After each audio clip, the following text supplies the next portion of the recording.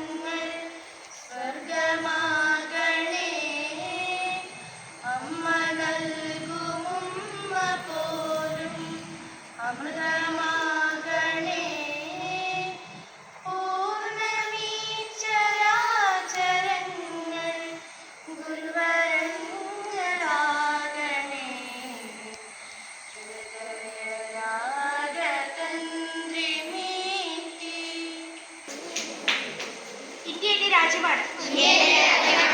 എല്ലാ ഇന്ത്യക്കാരും എന്റെ സഹോദരി സഹോദരന്മാരാണ്. ഞാൻ എന്റെ രാജ്യത്തെ സ്നേഹിക്കുന്നു.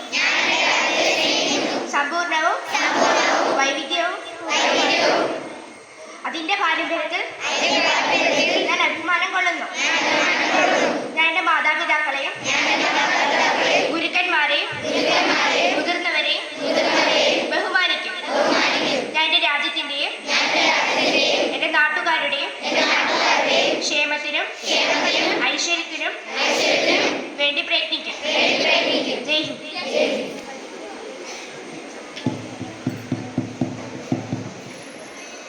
ഇന്നത്തെ പ്രധാന വാർത്തകളുമായി എത്തുന്നു നിവേദ്യ.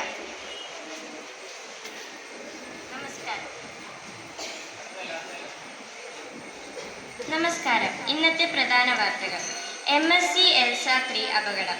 കേരളം ഹൈക്കോടതി. നഷ്ടപരിഹാരം വേണം. 9531 കോടി രൂപ. ഉദിച്ചുയർന്ന കേരള സൂര്യൻ കത്തിക്കയറി സൗരോർജ്ജ ഉൽപാദനം. വിദ്യാഭ്യാസ ഗുണമേന്മ ഉറപ്പാക്കാൻ സർക്കാർ. കുട്ടികളെ പഠിക്കാൻ അധ്യാപകർ വീട്ടിലെത്തും. ശുഭാരംഭം. എഡ്ജ്ബാസ്റ്റൺ ആദ്യ ടെസ്റ്റിൽ തോറ്റ ഇന്ത്യൻ ടീമിനെ മുന്നിൽ നിന്ന് നയിച്ച് വിജയത്തിലേക്ക് കൊണ്ടുവന്ന ക്യാപ്റ്റൻ ശുഭ്മാൻ ഗിൽ. വാർത്തകൾ വിശദമായി. MSc എൽസ 3 അപകടം.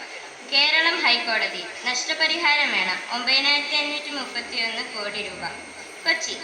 കേരള തീരത്ത് MSc എൽസ 3 കപ്പൽ മുങ്ങി പരിസ്ഥിതിക്കടക്കമുണ്ടായ നാശനഷ്ടത്തിന് 9531 കോടി രൂപ നഷ്ടപരിഹാരം ആവശ്യപ്പെട്ട് സ്വിറ്റ്സർലൻഡ് ആസ്ഥാനമായ MSc കമ്പനിക്കെതിരെ സർക്കാർ ഹൈക്കോടതിയിൽ അഡ്മിറാൽറ്റി സ്യൂട്ട് ഫയൽ ചെയ്തു.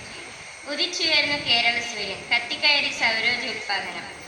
സൗരോർജ്ജ വൈദ്യുതിയിൽ വൻ കുതിപ്പുമായി കേരളം. ഒരു വർഷത്തിനുള്ളിൽ 700 മെഗാവാട്ടിന്റെ വർധനയാണ് സൗരോർജ്ജ സ്ഥാപിത ശേഷിയിൽ കൈവരിച്ചത്. വിദ്യാഭ്യാസ ഗുണമേന്മ ഉറപ്പാക്കാൻ സർക്കാർ. കുട്ടികളെ പഠിക്കാൻ അധ്യാപകർ വീട്ടിലെത്തും. സ്കൂളിൽ പഠിപ്പിക്കുക മാത്രമല്ല, കുട്ടികളെ പഠിക്കാൻ അധ്യാപകർ ഇനി അവരുടെ വീടുകളിലും എത്തും.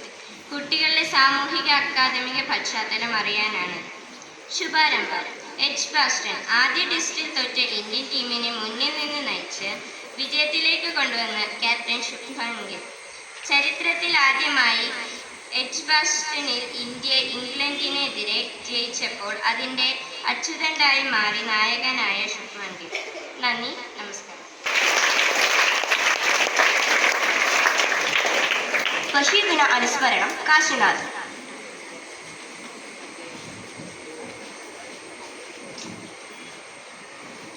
ജീവിതാനുഭവങ്ങളുടെ ഉഷ്ണമേഖലയിൽ നിന്ന് കഥയുടെ തെളിനീരുറവകൾ കണ്ടെടുത്ത വൈക്കം മുഹമ്മദ് ബഷീർ ഓർമ്മയായിട്ട് ഇന്നേക്ക് 31 വർഷം. എണ്ണമറ്റ കൃതികൾക്കൊന്നും തൂലിക ചലിപ്പിക്കാതെ തന്നെ വിശ്വസാഹിത്യത്തിൻ്റെ മട്ടുപ്പാവിൽ വലിച്ചിട്ടിരിക്കുന്ന വിഖ്യാതനായ എഴുത്തുകാരനാണ് വൈക്കം മുഹമ്മദ് ബഷീർ.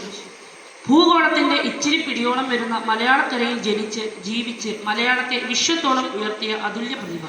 മലയാളവും മലയാളിയും ഉള്ള കാലത്തോളം വിസ്മരിക്കപ്പെടാത്ത ഒരു നാമം ബേപ്പൂർ സുൽത്താൻ. അന്നുവരെ മലയാള സാഹിത്യത്തിന് അപരിചിതമായിരുന്ന ശൈലിയും ഭാഷാപ്രയോഗങ്ങളും കൊണ്ട് മലയാള മനസ്സുകളിലേക്ക് കുടിയേറിയ ആ മഹാപ്രതിഭയ്ക്ക് അക്ഷരങ്ങളുടെ സുൽത്താൻ എന്നല്ലാതെ മറ്റെന്ത് വിശേഷണമാണ് ഉചിതമാവുക? ഇനിയൊന്നും വർണ്ണിക്കാൻ അവശേഷിക്കാതെ വൈക്കം മുഹമ്മദ് ബഷീർ എന്ന അക്ഷരങ്ങളുടെ സുൽത്താനെ കുറിച്ച് മലയാള സാഹിത്യ ലോകരും മാലോകരും പറഞ്ഞു കഴിഞ്ഞിരിക്കുന്നു. എന്നിട്ടും എത്ര പറഞ്ഞാലും തീരാത്ത ഒരു മഹാത്ഭുതമായി ആ കഥാകാരനും കഥകളും നിലനിൽക്കുന്നു എന്നതാണ് അദ്ദേഹത്തിൻ്റെ വൈശിഷ്ട്യം. ജീവിതം അനന്തമായ ഒരു പ്രാർത്ഥനയാകുന്നു എന്ന് പറഞ്ഞ ആ മഹാപ്രതിഭയുടെ ഓരോ വാക്കിലും നിറഞ്ഞു നിന്നത് മാനവികതയോടുള്ള അടങ്ങാത്ത പ്രണയമാണ്.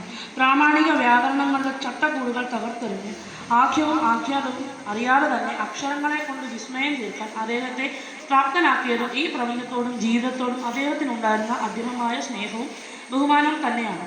സ്വന്തം ജീവിതാനുഭവങ്ങളെ സാധാരണക്കാരൻ്റെ ഭാഷയിലേക്ക് ആവാഹിക്കാൻ അദ്ദേഹത്തിന് കഴിഞ്ഞതും അതുകൊണ്ട് തന്നെയായിരിക്കും. കാൽപ്പനികതയുടെയും സങ്കല്പങ്ങളുടെയും ആലങ്കാരികത ഊരിയെറിഞ്ഞ് സാധാരണക്കാരൻ്റെ ജീവിതത്തോട് തൊട്ടു നിൽക്കുന്ന കഥകൾ അവന് മനസ്സിലാവുന്ന ലളിതമായ ഭാഷയിൽ പറയാൻ കഴിഞ്ഞു എന്നതാണ് ബഷീറിനെ മറ്റുള്ളവരിൽ നിന്ന് വ്യത്യസ്തമാക്കുന്നത്. എഴുത്തും ജീവിതവും വേർതിരിച്ചെടുക്കാനാവാത്ത വിധം സമ്മേളിച്ച് ആ രചനാ ശൈലി മലയാളത്തിൻ്റെ പ്രിയപ്പെട്ട സുൽത്താന് മാത്രം സ്വന്തം. നന്ദി, നമസ്കാരം.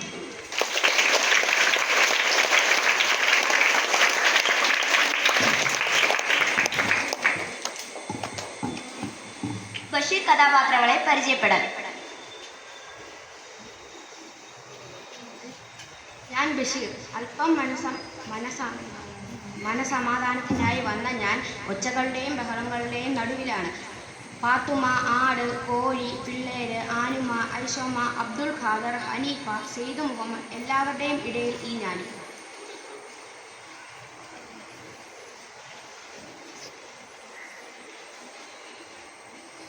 എന്റെ പൊന്നെ, നിനക്കാരെങ്കിലും വെള്ളം തന്നോ?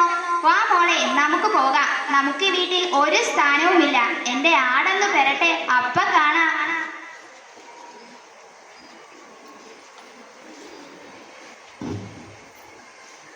മുച്ചീട്ട് കളിക്കാരന്റെ മകൾ എന്ന കൃതിയിലെ നായിക കഥാപാത്രം ഒറ്റക്കണ്ണൻ പോകറുടെ ഓമന മകൾ, സ്ഥലത്തെ പ്രധാന സുന്ദരിയും സമർത്ഥിയുമായ സൈനബ.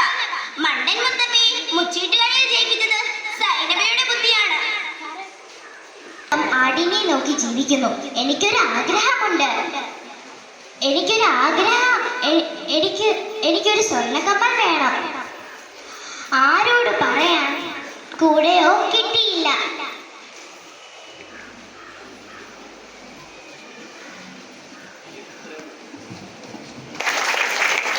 അസംബ്ലിയിൽ അഭിസംബോധന ചെയ്ത് സംസാരിക്കാനായി ബഹുമാനപ്പെട്ട HM മനോജ് സാറിനെ ക്ഷണിക്കുന്നു.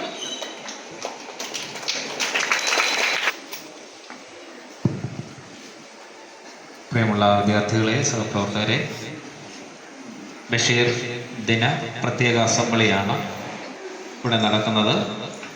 ആ ദിവസം നമുക്ക് നടത്താൻ കഴിഞ്ഞില്ല.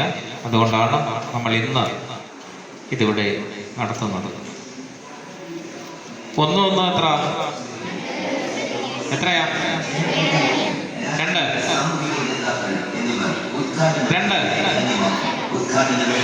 അങ്ങനെയാണോ നമ്മുടെ വൈക്കം മുഹമ്മദ് ബഷീർ പറഞ്ഞിട്ടുള്ളത്? മണി വലിയ ഒന്ന് അല്ലേ? അങ്ങനെ ഒരു വലിയ സത്യം നമുക്ക് പറഞ്ഞു തന്ന മലയാളത്തിൻ്റെ മണിമുത്താണ് തലയോലപ്പറമ്പുകാരൻ വൈക്കം മുഹമ്മദ് ബഷീർ. അദ്ദേഹം ജനിച്ചതെന്താണെന്നറിയാമോ? എന്നാ? 1908. Very good. അദ്ദേഹത്തിന് നമ്മുടെ ഇന്ത്യൻ ഗവൺമെൻറ്റിൻ്റെ ഒരു ബഹുമതി ലഭിച്ചിട്ടുണ്ട്. ഏതാ? പത്മശ്രീ. ഏത് വർഷം? 1982. മറന്നുപോവോ? ഇല്ല. പിന്നെ അദ്ദേഹത്തിന്റെ ചരമദിനം നമുക്കറിയാം. എത്രയാ? ജൂലൈ 5. ഏത് വർഷം? 1994. നിങ്ങളെല്ലാവരും മിടുക്കരാണ്. അപ്പോൾ ഇത്തരം കാര്യങ്ങളൊക്കെ നമ്മളൊന്ന് ഓർത്ത് വെക്കുക. ഇനി നമ്മൾ ചിന്തിക്കേണ്ട ഒരു കാര്യം, നമുക്ക് ഒരുപാട് മലയാളത്തിൽ തന്നെ ഒരുപാട് സാഹിത്യകാരന്മാരുണ്ട്, ഒരുപാട് സാഹിത്യ സൃഷ്ടികൾ നടത്തിയ പ്രതിഭകൾ ഉണ്ട്. എന്നിരുന്നാലും നമ്മൾ എല്ലാ വർഷവും ബഷീർ ദിനം ആചരിക്കാറുണ്ട്. അവിടെ തന്നെയുണ്ട് അദ്ദേഹത്തിൻ്റെ സൃഷ്ടികളുടെ, അതുപോലെ അദ്ദേഹത്തിൻ്റെ പ്രത്യേകത. അദ്ദേഹത്തിൻ്റെ സൃഷ്ടികൾ ഭാവനയല്ല, അനുഭവമാണ്. അദ്ദേഹം ഒരു വലിയ സഞ്ചാരിയായിരുന്നു. ഒരുപാട് സ്ഥലങ്ങളിൽ അദ്ദേഹം സഞ്ചരിച്ചിട്ടുണ്ട്. സഞ്ചരിക്കുമ്പോഴുണ്ടാകുന്ന അനുഭവങ്ങൾ അദ്ദേഹം തൻ്റെ സൃഷ്ടികളിലൂടെ പങ്കുവച്ചിട്ടുണ്ട്. അപ്പം ഏതാണ്ട് 75% അനുഭവങ്ങളും കുറച്ച് ബാക്കി ഭാവനയിൽ ചേർത്ത് അദ്ദേഹം തയ്യാറാക്കിയിട്ടുള്ള സാഹിത്യ സൃഷ്ടികൾ ലോകോത്തരങ്ങളാണ്. അങ്ങനെ ലോകത്തോളം ഉയർന്ന ബഷീർ മലയാളത്തിൻ്റെ സ്വന്തമാണ് എന്ന് പറയുന്നതിൽ നമുക്കും അഭിമാനമുണ്ട്, അല്ലേ? അദ്ദേഹത്തിൻ്റെ ആദ്യത്തെ നോവൽ ഏതാണെന്ന് അറിയാമോ?